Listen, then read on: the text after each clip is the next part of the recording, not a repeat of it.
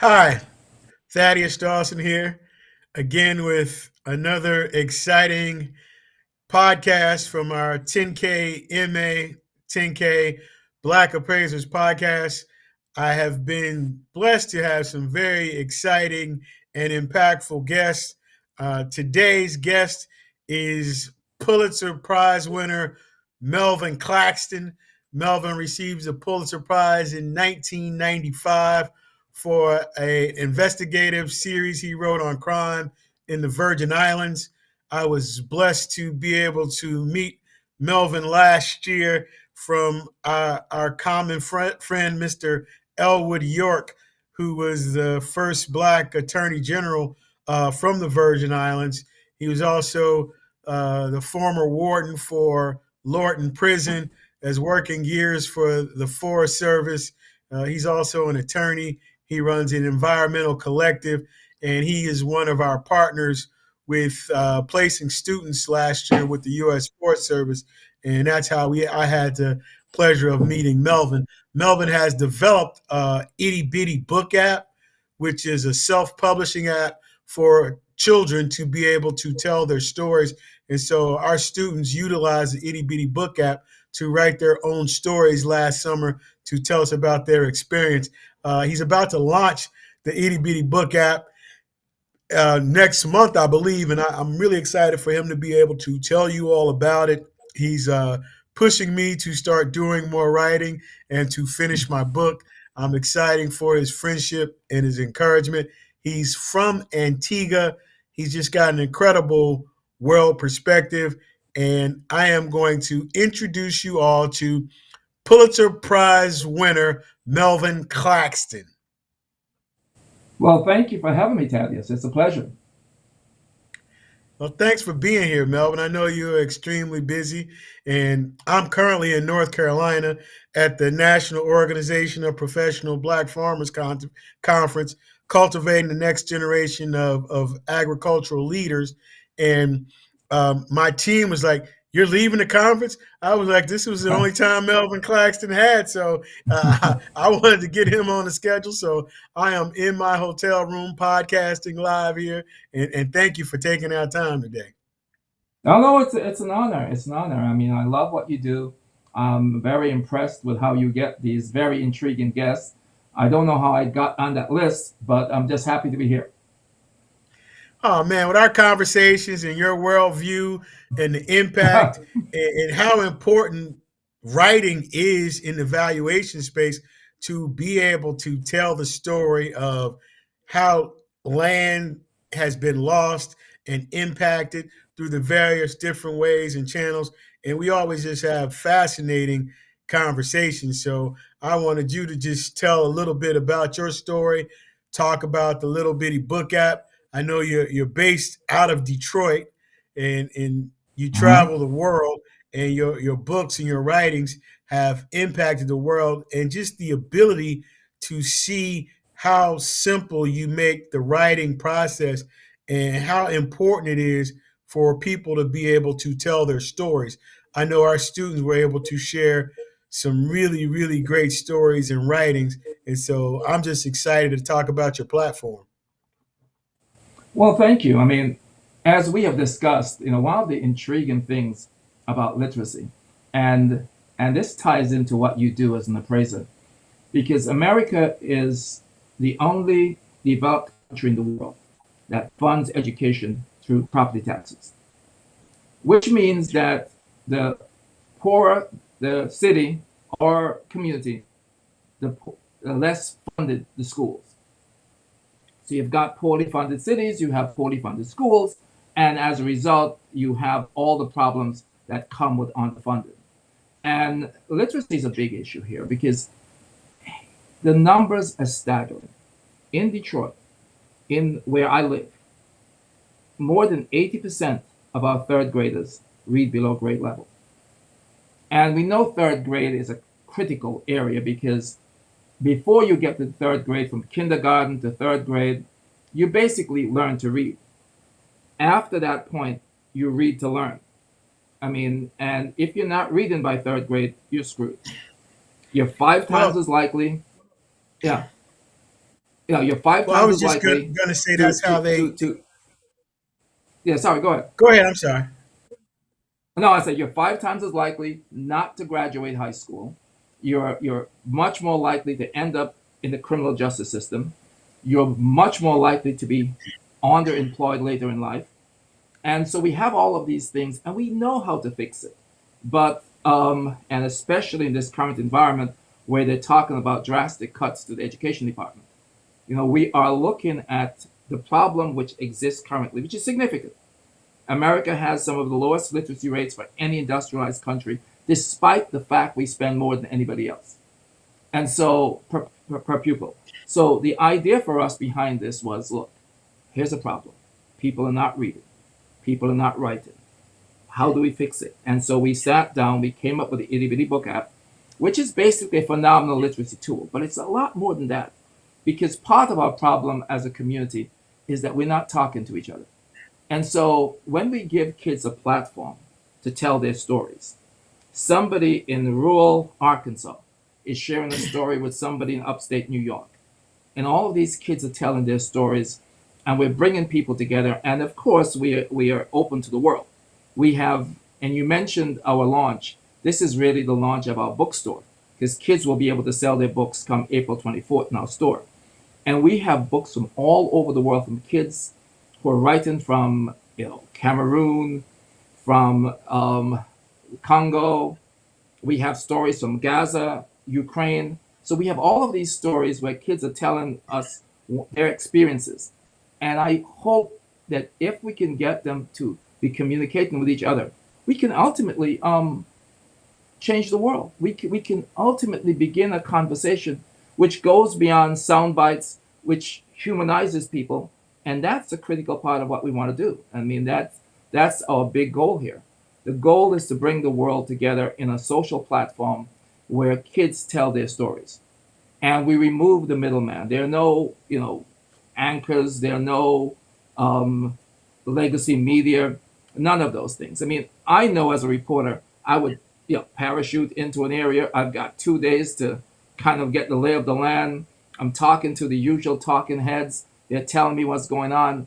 But now we're hearing this directly from indigenous people, and they're telling And I their think stories. that's so important that you hear their stories because the way they're trying to reshape education and take education, the facts out of the education, and to, for lack of a better word, whitewash the education with no accountability. But to your point, how important it is that property taxes are the only time where black people get a somewhat fair shake on property valuations, and most of the time they're overvalued by 15% typically, but Mm. get less than 15 to 25% of the services rendered for that money or contribution that they make.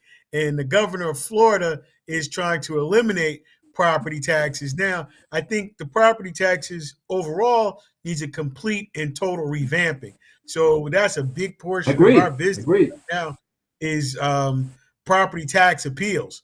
And so you end up having the lowest level people paying the highest percentage of property tax, just like everything else, and carrying that burden. And one other thing that you talked about, the third grade reading level, based on who passes the proficiency test in California was how they were predicting how to build prison years ago. So Yes, they that's built true. them based on 80% of who failed the third grade proficiency level. Now, if you starting to build prisons for people based on that third grade test, that was just all a part of the whole prison industrial complex, and again how we have been commoditized. And you, through the impact of property taxes and your statistics that you gave on how we spend the most on education but are the least educated, and it's based on a property tax model, and seeing how the current administration is blowing up the way we do things, this might be apropos or a direction, because it's definitely a time where we need to rethink how we move forward and educate ourselves. No, agreed. I mean, and even the whole argument about DEI, right, which has been used as a shorthand for unqualified black people. I mean, that's how that's the argument they make it. And the intriguing thing about it is that more white folks benefit from DEI than black folks. And because Title One is a DEI program, and Title One was created to actually bring equality and equity, which is that part of the DEI, equity to rural schools. Our current vice president is a product of DEI. He went in rural Appalachia to a Title One school. I mean, this is how it's supposed to work. You're going to So, get I us mean, canceled, Melvin, talking like that. well, the truth is the truth, right? Look, one of the things that I know, as somebody who loves history, in fact, I've written a book on the Civil War, but history is a longitudinal study. And I'm always amazed at how lasting the impact of things are. And we've discussed a very, very simple thing called the law of discovery. Remember that discussion? And this was the Portuguese are coming down, the east coast of Africa. Then they start coming inland. They're in the Congo. They see a lot of good stuff, right? There's a lot of, natural resources, people who could possibly work. And the only problem is that they just can't acquire this property because somebody is living there, right? The indigenous native um, folks of Africa. But I And so they discovered go, that you were already living there. So I discovered it. You was already there, but yeah, I yeah, discovered it. exactly, exactly. So you So, weren't really so adding value. no, no, no. But but I saw it. I saw it. I was the first outside guy to see it. So they go to Pope Nicholas the Sixth, right? And Pope Nicholas is a Portuguese pope at the time. And they say, look, we would like to take possession of this stuff. And this is 1452. And this is how long ago this is. And what we need is legal permission. And the Pope writes a papal bull of discovery. And he basically says, look, if you find a property, European explorer discovers a property and there are native indigenous people living there who are not European, these people shall be deemed as wild animals. And wild animals can live on the land, but they can't own it. That's just it. I mean, the elephant doesn't own the land, he just roams it. So they use this papal bull to acquire the resources of Congo and parts of Africa. Fast forward to 1492. Christopher Columbus gets off. He's off talking to Ferdinand Isabella in Spain, and says, "Hey, I want to find a different route to the Indies." And they fund his expedition, and he comes down to the Caribbean and discovers it. Right? I mean, again, the problem is there are people living there, and so he But he goes back discovered it. up. He discovered it Yeah, he though. discovered it. So he goes back up, and he says, "Look, we need to get the same thing the Portuguese have." And so Pope Alexander, who actually was the very first Spanish pope, Pope Alexander the Sixth, basically says, "Look, I'll write your papal bull," which is pretty identical to what the Portuguese had. And so he takes possession of these islands. And in fact, his son actually ran Hispaniola, which is now Santo Domingo, or Dominican Republic, and Haiti. And so at that point, we end up with all of this stuff, and all of this land is now owned by Europeans because they've discovered it. But the point I wanted to get to is that this was the same rule of discovery that was used when the British came here to America. And when America was being founded, I mean, the time of the Constitution, everybody said, what do we do with the Native Americans? If we recognize them as human beings, we recognize their right to the land that we took. And so the Indians were left out of the Constitution. And we know that Indians didn't have American citizenship until 1924. And we I know didn't. I that never thought the, about that, Melvin, because I guess we should be happy that we got the 3/5 recognition. well, and that was not to our benefit. No. The only reason was that the slave owning states said, we have a lot of people here and we need resources and we have all these slaves and we know they're not fully human, right? And we can't make them citizens, but we want them counted in a way so we can get some resources and we can have more representation. So, in fact, the 3/5 worked against us because it kept slavery, um, you know, at least it kept us in slavery longer. So that was, it was not to our benefit.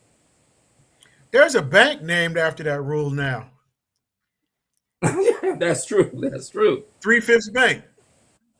Yep. So to the bigger point is that we should understand that what happens today could actually have impact 500 years from now. And we need to have conversations about what we want to see as a country. Now, look, I mean, I know we are dumping all of the crazy stuff that the current president is doing, the violations of what are basically norms. But in many ways, one of the things I think will come from this presidency is that when you are looking for flaws with a product, you try to break it. And so, we have crash test dummies all the time. And we run the car into the wall and we see how many things fall off, right? And we begin to understand inherently the Supreme Court is not what we think it is. It's a body of people who are appointed by politicians who are there for life and they're appointed by the ideology. We When President Trump says I'm going to end birthright citizenship, everybody says, oh, he can't do it, it's a constitutional right. But who gets to decide what's a constitutional right? It's Well, the they keep Supreme Court saying what he ultimately. can't do. Every day Yeah, they say he can't do this, and he's yeah, and constantly he's doing doing it. it. I don't And he's think. doing it. To your And point, the crash dummy experiment. Whatever he can't do, he gonna find out. He's not going. It's yeah, not going to be because you told him he couldn't do it. He gonna do it, and for and us, sorry, and for us, Thaddeus, is that what do we learn from this? You know, Look, one of the things I explain to people, and I've lived in many, many places, right? And I've explained to folks a very simple thing. America has often said we have the greatest democracy in the world. And but the intriguing thing is we've been around for 300 years. And there are lots of people who have gone developed democracies since. And none of them have ever developed a democracy in American style. Every other country has basically gone with parliamentary democracy, which is the British system. And it's not perfect, but in many ways, it has some checks and balances that we always underestimate. I mean, the power of having a vote of no confidence and kicking the guy out of office the next day, right? I mean, literally. I mean, they have a lot of things that we don't have, and and maybe we need to start looking at what evolves from this. well, I think, and we do have some checks and balances. They just not checking and balancing. I believe Congress has the power to do whatever it is that it wants to do, as evidenced when Barack Obama was the president. He was pretty much neutered as far as being effective, just because he would go right and Congress would go left. And now, if Congress had any courage, or if and it's still early, but the impact and what's going on is an evolution, and the call to, as you said, make America great again, or the attack on DEI. It really hasn't had a profound impact on Black people that I think they thought it was going to have. Uh, it has been very impactful and very chaotic, just because it's not the status quo. But for us, we've always been under attack, and That's the, true. the That's true. this administration's honesty and disregard for us is, in some ways, to me, refreshing, because it's straight up, we don't want you here, and we not for you. We against everything that you stand for. As opposed to past administrations, we want you. We want to be inclusive, and we still in the same position. So the needle hasn't moved for black wealth by 1% in 30 years, regardless of who's in office. This time it just looks a lot more different and it's a lot more bold. And it will be interesting to see the impact. And I'm always making parallels to the world and my world, which is appraising. And I believe there's the same call in appraising to make appraising great again. And so Uh-huh. all the appraisers are reeling against DEI and inclusion. And so the appraisal diversity initiatives, in my opinion, lack very little gumption. They're more performative. Of course, things will never happen as fast as I would like to see them happen. But if we didn't have inclusion and transparency under affirmative action, now I'm almost afraid to see what it looks like when they don't have those particular guardrails to reel them in, and everybody's saying they want one thing and they haven't made really any progress whatsoever. But the technology is there to make a difference and make a change and modernize the appraisal process. So that's what we've really been shooting for, is to modernize the appraisal process, and that can happen utilizing data science and evidence-based data-driven analysis. So, and it's not going to happen overnight, but to your point, it is the future, and we need to figure out what it is we want. No, you make a great point because this is the core principle behind our itty bitty book. The idea here is that we're saying to people, look, you have for a long time been excluded from the conversation. I mean, you don't hear them. You don't. We don't own a lot of. We don't own any of the major legacy media. We don't, right? We don't have control of those things, but the technology allows people like you and me to have a conversation right now. It allows me And to on our platform to have voices from around the world, and they're not just black voices; they're white voices, they're brown voices. But we're now all of these people are sharing information and talking to each other. I mean, this is exactly the power. And guess what? You know, we can own it now because the technology allows us to do it, and we don't have to have $100 million to do it. We can do it for far less, and this is part of what the for us was exciting is that we are creating a world platform, and it's entirely owned by us. and it's right on time, because if you look at all of the black people in media have been fired. Joy Reid, Yeah, yeah, MSNBC. I saw that. In the last Trump administration, one of my favorite broadcasters was Jamel Hill, and she just you can't speak out against them without some sort of repercussions that can be harmful, detrimental to your livelihood, and your silence and taken off the air. Just the mere fact that not only have they disrupted the government, now in the private sector, they're silencing folks with DEI, and people are taking back pledges and promises that they made. But it's a time for accountability. It's not like we are going anywhere. So we have to come up with strategies to be proactive and quit playing defense and start playing offense, because our wealth and our legacies are at stake here. Our future and existence is at stake. And to be able to tell your story and tell it on a worldwide platform, to be able to publish your book, publish your stories, your app is incredible. I can even use it. Well, yeah, I mean, to be frank with you, one of the crazy things about the app, and this was what we call a collateral use, right? Almost an off brand if it were a drug, right? But when we created the newspaper, because we wanted young kids to get into the whole newspaper, because they don't read papers anymore. And when we created the newspaper portion of the app, we thought, great, kids are going to have a paper at home. They're going to report about what mom and dad doing and, make a little trouble. But a lot of community groups have gotten rid of their newsletters. And these are Mm. adults, right? And they're now using the app as a newspaper in their community. And so the the potential reach of this is unlimited. And one of the things that we want to do is that we really want everybody. Like I tell people, our images are inclusive. We have people of all races because we can't do what we have accused other people of doing.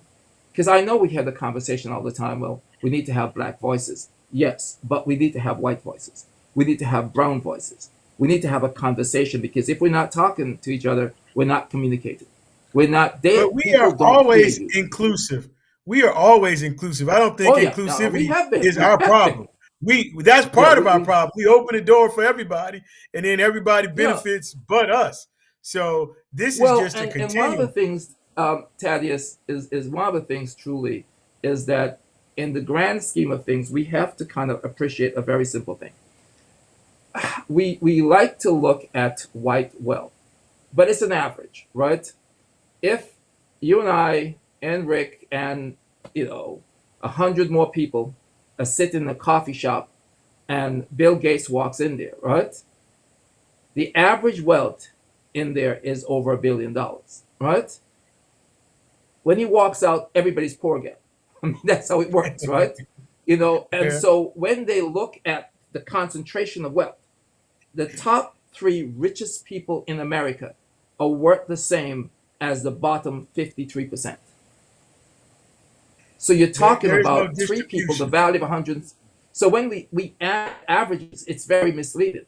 And, a lot of people are in the same boat. I mean, and what we're saying is, look, why does government exist? What do you expect from government? Should we spend 80% of our disposable income on the military? For what? What do we get from that?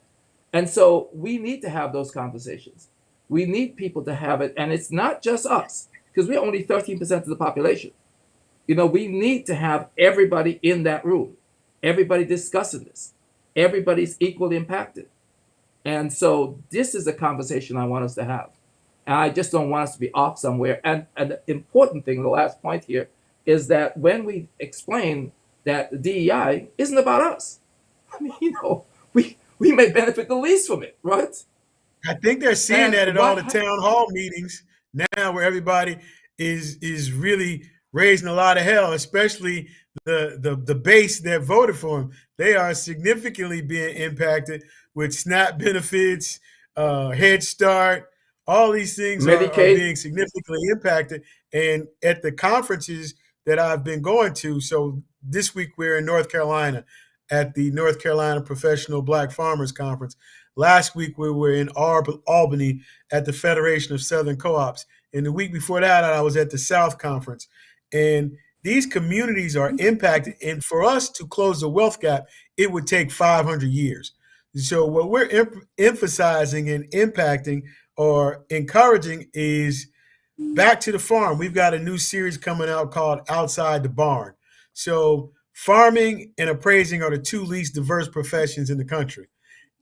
And the most important part is getting back to the farm. If we can overcome the trauma of forced farming or slavery and picking cotton, we can increase food security. Eggs are $5 a dozen. So back to the farm increases food security. You can't worry about building wealth if you're hungry. So we can I also agree. reestablish um, shelter. We can do mixed use developments, um, land trusts, co-ops. We're doing a lot of work in that space as well. So these opportunities in the farming, there's a lack of housing inventory. So we can get back to mixed use, mixed income housing where we used to all live in the community together. Doctors, lawyers, teachers, mail person, ag workers. So there's so many different opportunities in the space, but to be able to communicate and write those stories are incredibly important. So I'm really excited about the ability for the students to be able to write. I'm excited about being able to work with you on writing my story, and just the how important it is literacy, but the fact that These are all things that impact property value. This is when you go to the neighborhood and you say, the school system is this. Most of the time, people base their decisions on where they're going to live based on the school system. So if you're in an area where your school system is jacked up and you have to send your kids to private school, now that's almost the equivalent of being taxed twice. Yeah, it is. Which is, and that is a lot of the systemic issues. For instance, there's a movement now to school vouchers, and it's really a transfer of wealth from public schools to rich families, because most of those private schools, the voucher doesn't cover the expense. They give you a voucher for $10,000 a year. The average private school is going to be over 20,000, right? So when you're looking at that, you're basically, if you give me a voucher and I am a poor person, and you say, hey, here's a voucher for $10,000 for your school, and I go to the school and they say, well, you have to come up with another $10,000 a year. My kid's not going to that school if I'm poor. But if I'm rich and my kids are already going to a private school, I now get a government grant of $10,000. And that has been the experience across the country with private schools. You're basically subsidizing well-to-do families. And you're taking that money from poor performing public schools, which means they will perform even more poorly. I mean, these are the issues that get clouded with school choice. The school is not school choice. There is no choice. If I can't pay the extra money, I don't have a choice.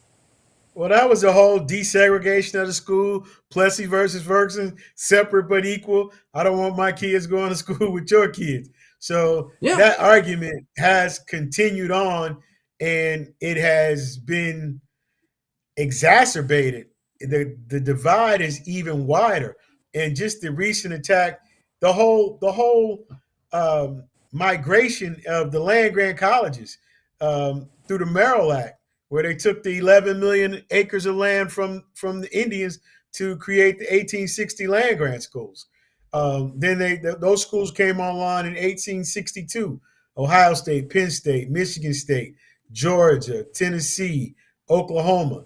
And then they started the 1890 land grants.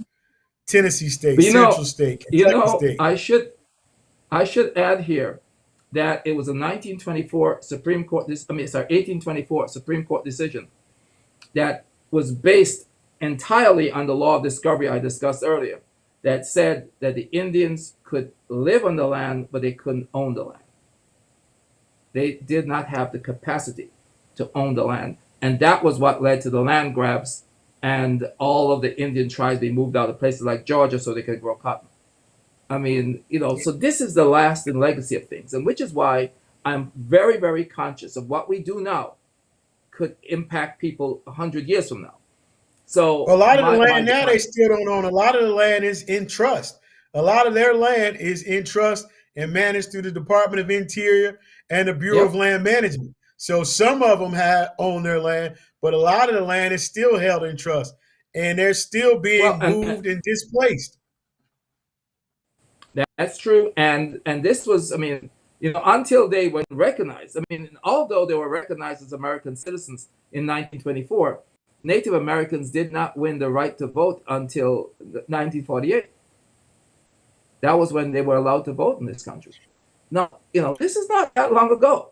This is Well, fairly recent they history. also have land grant colleges too. Their land grants came Yeah. online in 1994. So there's 34 tribal Wow. colleges, and they're all 2-year colleges.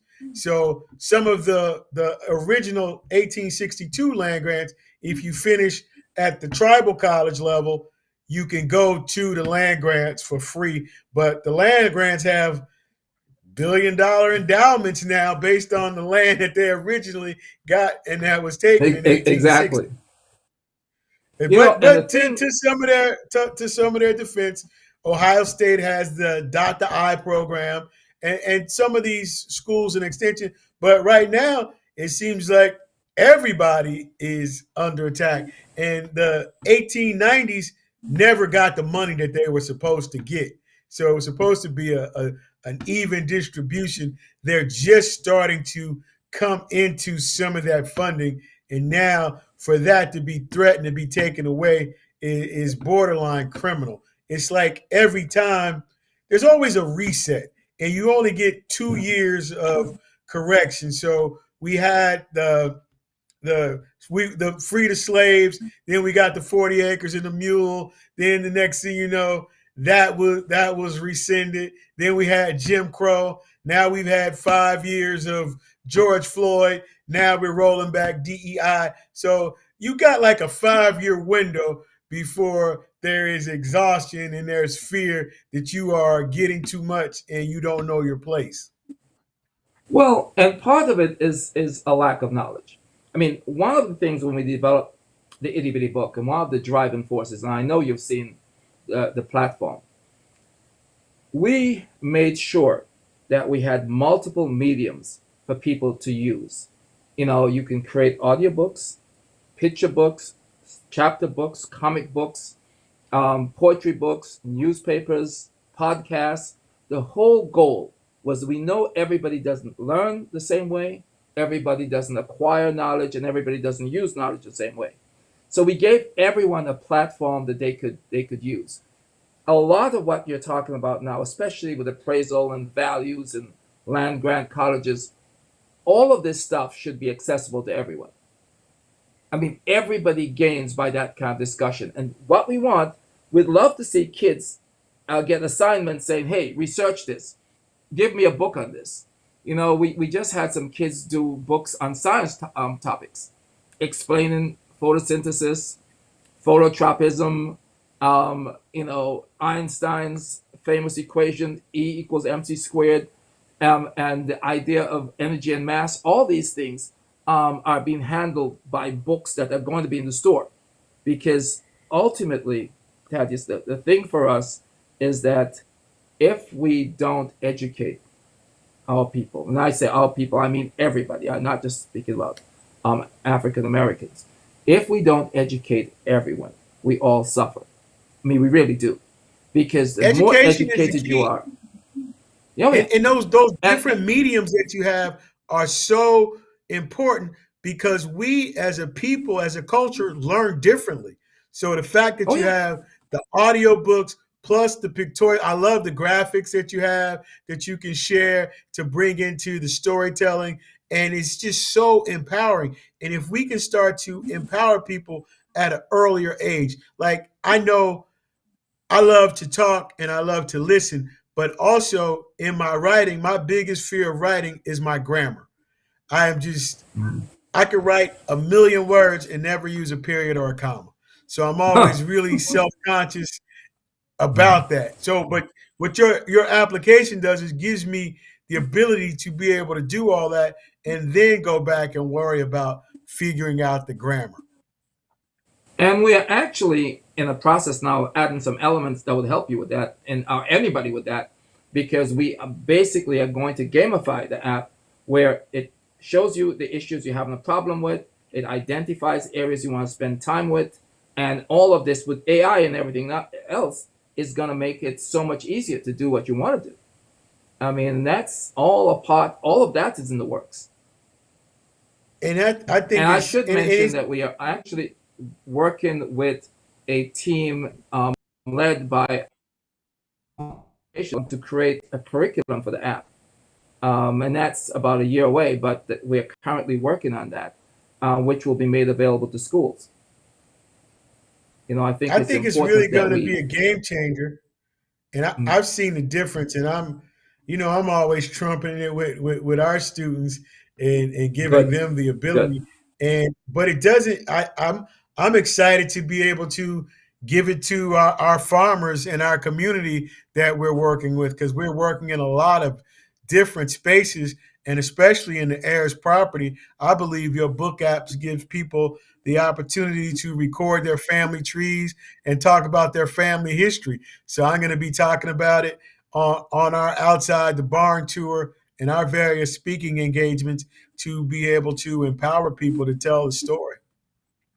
You know, it's funny you should say that because I was just speaking with Elwood York today, and he was mentioning his aunt's book, and she gave a history of her church and pointed out that back at the time the sheriff had to open the church because four black people could not be congregated in the same area without a police presence.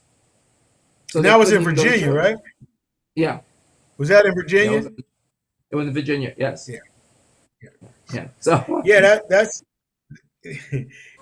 there's so many different deeds and stories of things like that, and even in there's a case at the Forest Service that was researched when there was a deed for a piece of property and the people bought in the deed and there was a dispute. It was a land dispute, and they said they had a recorded deed. Well, the church was owned by black folks, and they never recorded the deed at the courthouse in fear of being burned up or killed. And so they kept the uh, deed in the church.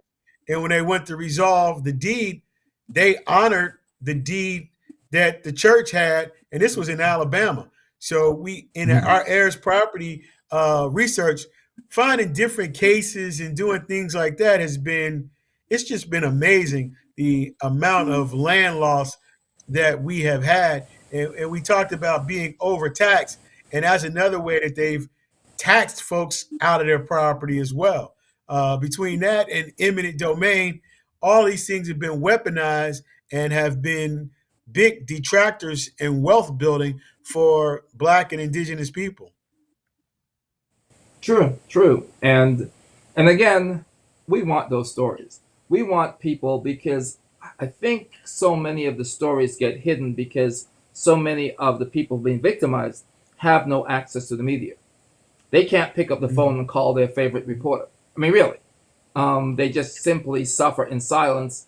And I think my goal is that if we begin this national and international conversation where people understand that the commonality of their experiences.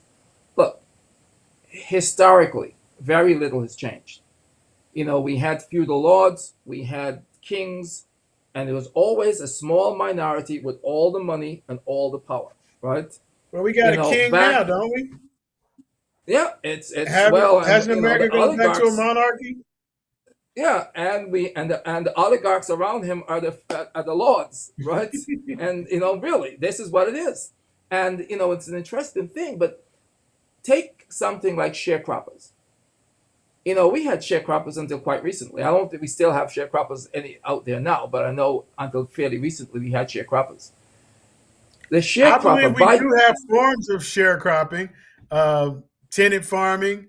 So there's yeah, it, as my grandma used to say, there ain't nothing new under the sun, Melvin. no, no, no, and in fact, interesting thing, a serf, which is a term we don't use now anymore, is a sharecropper. I mean, the identical definition. He's working the land for somebody else who gets the bulk of the profits, and he is tied to that land. Well, you know So how I we like to tie changed the everything back into appraising. So the current appraising system is a sharecropping type system ran by appraisal management companies. And so they teach thing. you the lowest level of appraising, and you're never able to get if they're getting. I mean, they're under attack right now, as they should be, to try to level out the profession because they have totally hijacked the profession, and they use the sharecropping model. They take all the profits and the proceeds, and the appraisers get a nominal pittance.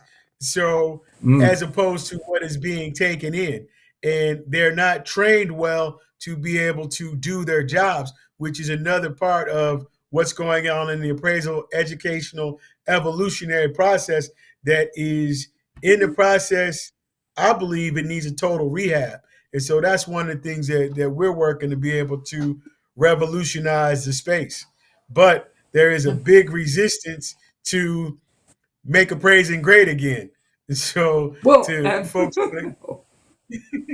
and when you look at wealth, for instance, like I tell people, look, you're gonna build a house and you're gonna use the same materials and it's gonna cost you the same, but where you build a house, where you have the land, determines the value of that property, not what you spend, right? And you can no, spend in absolutely. order to And one of the things that are opportunities now that are land trusts are an opportunity to sort of contribute the value of the land to bring down the overall cost. So it's trying to kind of trying to create an affordability model utilizing the land trust model. But there's other ways to do that, maybe with a fractional interest ownership in the land. It just depends. Mhm. We got to come up with some new solutions in order to be more futuristic and more inclusive, because my grandma used to say they're not making no more land. And right now, No. there is a lack of inventory since the institutional money is now taking over residential real estate and it's becoming an investment class in and of itself. So relegating people back to basically a sharecropping model where you rent to Yeah, well, own and that's and the you goal. never get That's the to goal. ownership. And we have this philosophy that we have to wait until everything is in place to fix a problem, right? And it's like, you Yeah. want to stop the machine, you don't wait until the guy shows up with the truck full of sand. Everybody who has a handful of sand can start throwing it on the wheels, right? Our Well, that's goal, trying like wherever you are, that's the equivalent of getting yourself together before you go to church. So by the time you get to, you ain't never gonna get yourself together. You got to you're just show perfectly up. right. Because everybody hasn't shown up yet. But that's basically it. I mean, and this is where we want to empower individuals to empower themselves. They don't need to be in the crowd. You need to stand where you are. I mean, when we looked at this, the idea of literacy, we understood that nobody was doing the app we know needed to be done. Spent a lot of time with experts. In fact, I did a major investigation on education. God, this is now 30 years ago. And kind of got stories from around the world, talked to people everywhere: Japan, Singapore, China, the US, England, Germany.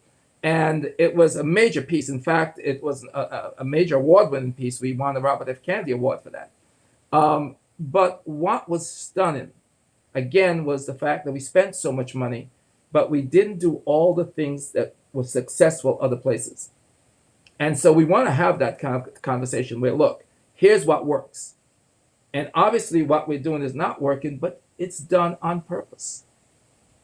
This is I not think by it's accident. I think in our agri-hood outside the barn development, that education piece is going to be critical. And I like utilizing the Itty Bitty app. And one of my biggest frustrations is like, I mean, I love Kendrick Lamar, but Uh how huh. many damn rappers do we need? You know, and everybody's It's true. goal. And I feel even if you want to be a rapper, learn how to write the raps through the Itty Bitty app. So You know, and be able to jam it's out. funny because I had a buddy of mine that had about 6 or 7 radio stations. And so he went to career day at his son's school. These are 7 or 8 year olds. And so he's talking about radio stations and everything else and WK, whatever it was in Chicago. And a little kid says, puts his hand up and says, do you know DJ so and so? Right? And he says, yeah, I know DJ so and so. He said, well, how come he didn't come and how come they sent you? Right? And he said, well, who do you want to be, me or DJ? He said, oh, DJ. He says, I want to say something. Write his checks. Right? I'm the guy who writes his checks. Right? You want to be me, right? you know, you don't want to be him. But that is part of what's wrong in that a lot of our people, I mean, and again, I mean, a lot of our folks in America, not just black people, um, don't understand how money works. And if you don't understand money, you are going to have a problem in the society. And if you don't understand how we position people to be successful, and not just because money isn't everything. And truthfully, we have more important things. But the idea is though that if you're going to be successful, you have to be positioned to be successful, and we are And not to putting your the point, I proper think things in place. on top of the money is the wealth and Hmm? what it takes. So he was more interested in the DJ, but the DJ was what all he'd ever seen and was exposed to. So for him, he thought that was money, as Yeah. opposed to, Yeah. and I learned a long time ago, you got to check. You get to determine what side of the check are you going to be on. You can be on the front side. You can sign the front side of the check or the back side of the check. The Mhm. DJ was signing the back side of the check. Your friend, the owner, True. was signing the front side of the check. You gonna sign one way or And the other. that's a good point. That's a very good point. And our kids don't know that they have the ability to sign the front side of the check. Well, it's what they see. It's what they hear. I mean, they see the rappers, they see um, the football stars. They don't see the owners, right? Of the football teams. They don't see that. They don't see the guys in this sky boxes and the billions of dollars. They don't really understand that. And so part of what we have to do is one, educate them, not just about money, but about life, about values, right? And it's an interesting thing that I heard a discussion a few days ago talking about money and wealth, and they pointed out that people tend to admire people with money, many of whom are not necessarily good people, as we know, but they ascribe things to them. You had to work hard to get here. They assume that you took risk and those kinds of things. And then there's some other people who watch them and think, hey, I could rob that guy because he has stuff, right? And and there and so there were all these strange reactions to it. And I just think that from us and the Itty book, again, and it ties into what you're doing with appraisal and everything else, it's about adding value. It's about producing something that actually elevates the people who use it.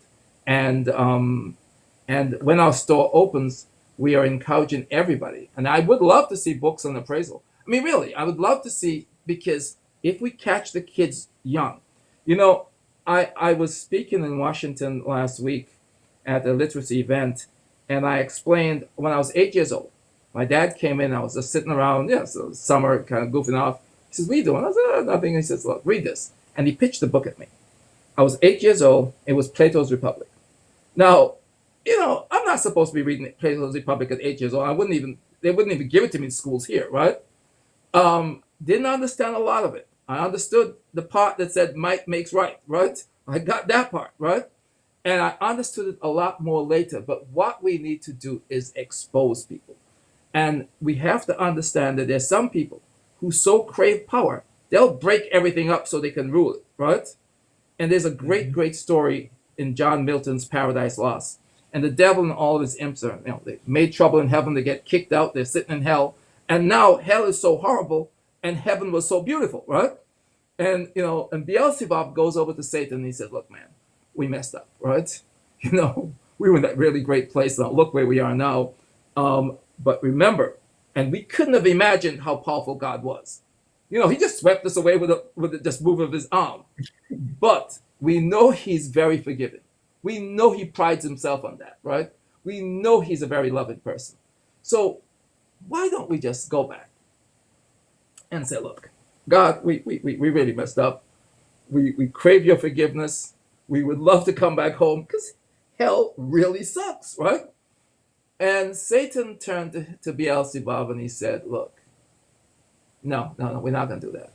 He said, it is better to reign in hell than serve in heaven.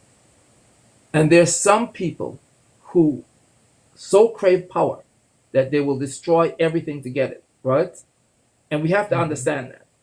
And as we educate people, we have to let them see what's important and what's not important. And it's not the power, it's not everything. It's about actually creating a world that we can all enjoy, that we can go home at night and you can walk home at 2 a.m. and count your money under the street light. You don't get mugged, right? I mean, this is the Yeah, world we well, want I to don't, I create. don't And know it's, about that walking home counting your money at 2 o'clock in the morning, Melvin. you You know, you asking you to be hit know, upside the I mentioned that because when I was in Washington, I was with some guys from Russia, right? They were at the event, and a guy turns to me, and I must admit that I like my Russian friends, but they always sound like if they're about to rob you or they're like mobsters or something. It's just the way they talk, right? And he says, they say all these things about Putin, right? He said, when Putin came in, people were getting robbed all the time. He says, now you can stand up in Moscow and count your money on the street light in the middle of the night, and nobody touches you. And I said, and there was a value to that.